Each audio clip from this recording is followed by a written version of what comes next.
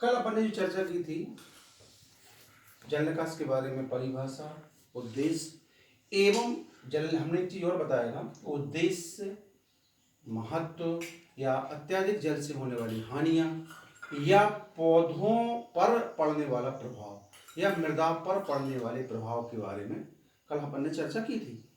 अब मैं ये उसको थोड़ा सा समराइज करना चाहता हूँ, कल जो बताया था उसको पुनः रिपीट करना चाहता हूँ, पुनः बताना चाहता हूँ कि परिभाषा क्या है। परिभाषा अत्यधिक जल का जो है अत्यधिक भूमि में होने वाला या खेतों में रहने वाले अत्यधिक जल को खेतों से बाहर निकाल देने को जल निकास कहते हैं। उसके बाद हमने उद्देश्य बताए थे।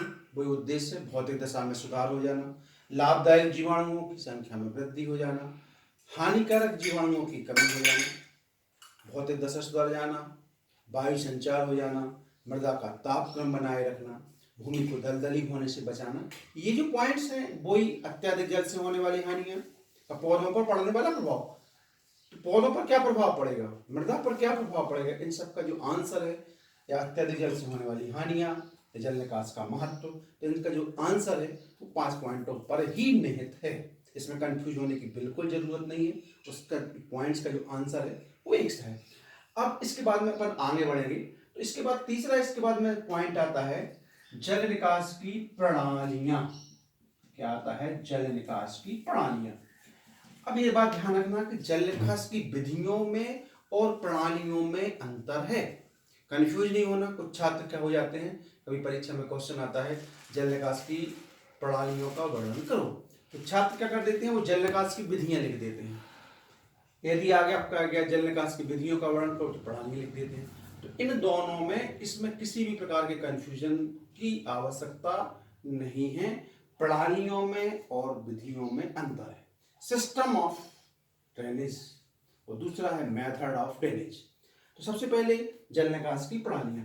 जल निकास की जो प्रणाली है वो है, पहली है हेरिंगबोन प्रणाली। पहली कौन सी है? हेरिंगबोन प्रणाली।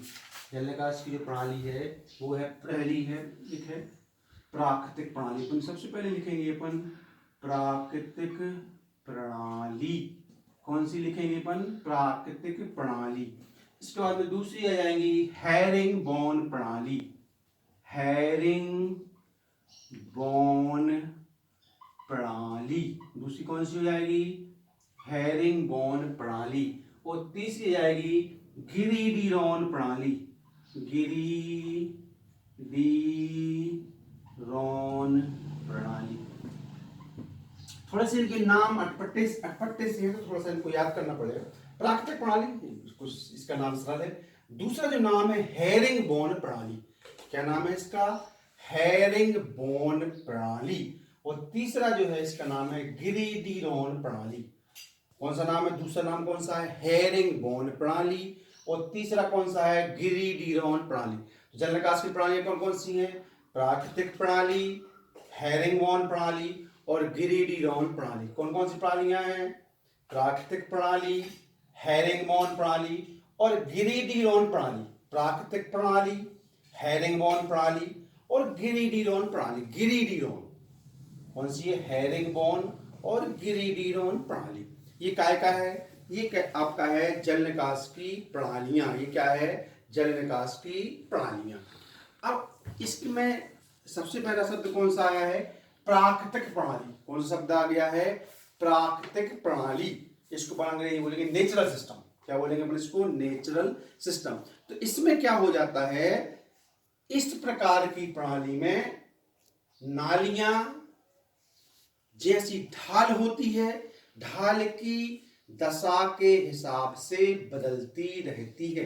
एक शब्द पर याद करना है, एक शब्द ध्यान, याद भी नहीं करना, अपन को पता होगा कि अपन जो खेतों से जो पानी है वो कैसे निकालते हैं। जैसे ढाल रहता है, ढाल के हिसाब से क्या बनाते हैं अपन? नालियां बनाते हैं। जब देखा होगा, जब अपन खेतों में मोगा फोड़ते हैं या नालियां बनाते हैं तो कैसे अपन नाली निकालते हैं? जैसा ढाल रहता है उसी हिसाब से, ढाल के हिसाब से नालियों का क्या करते हैं? निर्माण करते हैं। ढाल ऐसा बना है, ढाल जैसे पानी उस तरफ जा रहा है तो अपन नाली वैसी बना देंगे, तो जिस पानी जो रहेगा वो उस हिसाब से सरलता से निकल जाएगा। ढाल के विपरीत तो अपन नालियों का निर्माण करेंगे नहीं, ढाल के विपरीत यदि अपन नालियों का निर्माण करेंगे तो पानी कैसे निकलेगा। तो ये कौन सी कहलाती है, प्राकृतिक प्रणाली, मतलब ढाल की दिशा के हिसाब से नालियों का निर्माण करते हैं। क्या हो जाएगी इसकी परिभाषा, इस प्रकार की प्राकृतिक प्रणाली वह प्रणाली है जिसमें ढाल की दिशा के हिसाब से नालियों का निर्माण करते हैं। यह वह प्रणाली, फिर से बता दे रहे, यह वह प्रणाली है जिसमें ढाल की दिशा के अनुसार नालियों का निर्माण करते हैं। ढाल की दिशा के अनुसार नालियों का निर्माण करते हैं। ढाल की दिशा कैसी है, इस प्रकार से नालियों का निर्माण करते हैं।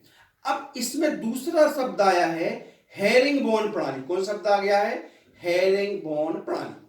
कौन शब्द आ गया है, हेरिंगबोन प्रणाली। क्या हो जाएगा, इस प्रकार की प्रणाली में क्या बोलेंगे अपन, इस प्रकार की प्रणाली में मुख्य जल निकास की नालियां खेतों के बीच से गुजरती है। कौन शब्द हो जाएगा, इस प्रकार की प्रणाली में मुख्य जल निकास की नालियां, इस प्रकार की प्रणाली में मुख्य जल निकास की नालियां खेतों के बीच में से गुजरती हैं। क्या फिर से बता दे रहे, इस प्रकार की प्रणाली में मुख्य जल निकास की नालियां खेतों के बीच में से गुजरती हैं एवं सहायक नालियां उसमें आकर मिल जाती हैं या मिलती हैं। तो ये कौन सी कहलाएगी, हेरिंगबोन प्रणाली। फिर से हम बता दे रहे, इस प्रकार की प्रणाली में मुख्य जल निकास की नालियां खेतों के बीच में से गुजरती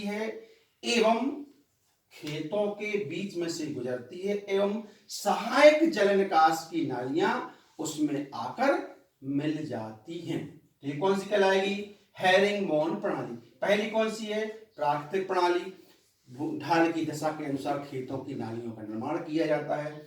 हेरिंगबोन प्रणाली, मुख्य जल निकास की नालियां खेतों के बीच मिल जाती हैं एवं सहायक जल निकास की नालियां उसमें आके मिल जाती हैं। ये सेकंड हो गया। थर्ड इसमें शब्द आ गया, कौन सा आया है, ग्रीडी-रॉन प्रणाली। इस प्रणाली के अंतर्गत, थर्ड कौन सा है, ग्रीडी-रॉन प्रणाली। इस प्रणाली के अंतर्गत जल निकास की नालियां खेत के उस सिरे पर होती हैं जहां पर धरातल नीचे होता है।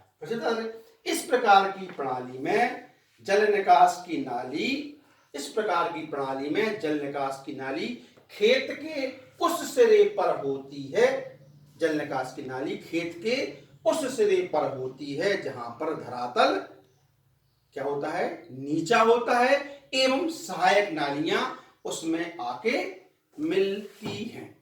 ये कौन सी कहलाएगी, ग्रीडी-रॉन प्रणाली। फिर से हम तीनों को बता रहे। प्राकृतिक प्रणाली क्या है, प्राकृतिक प्रणाली में यह है जो ढाल की दशा, इस प्रणाली में ढाल की दशा के अनुसार नालियों का निर्माण किया जाता है, या अपन गांव में भी ये इस्तेमाल करते हैं। हेरिंगबोन प्रणाली, इस प्रणाली में जो है मुख्य जल निकास की नालियां खेतों के बीच में से जाती हैं एवं सहायक नालियां उसमें आकर मिल जाती हैं। थर्ड पॉइंट कौन सा है, ग्रीडी-रॉन प्रणाली। इस प्रणाली में वहां पर निर्माण होता है जहां पर जो है खेतों का जो धरातल होता है नीचा होता है एवं जो सहायक नालियां होती हैं वो उसमें आकर मिल जाती हैं। इस प्रकार से आज अपन ने टॉपिक पढ़ लिया।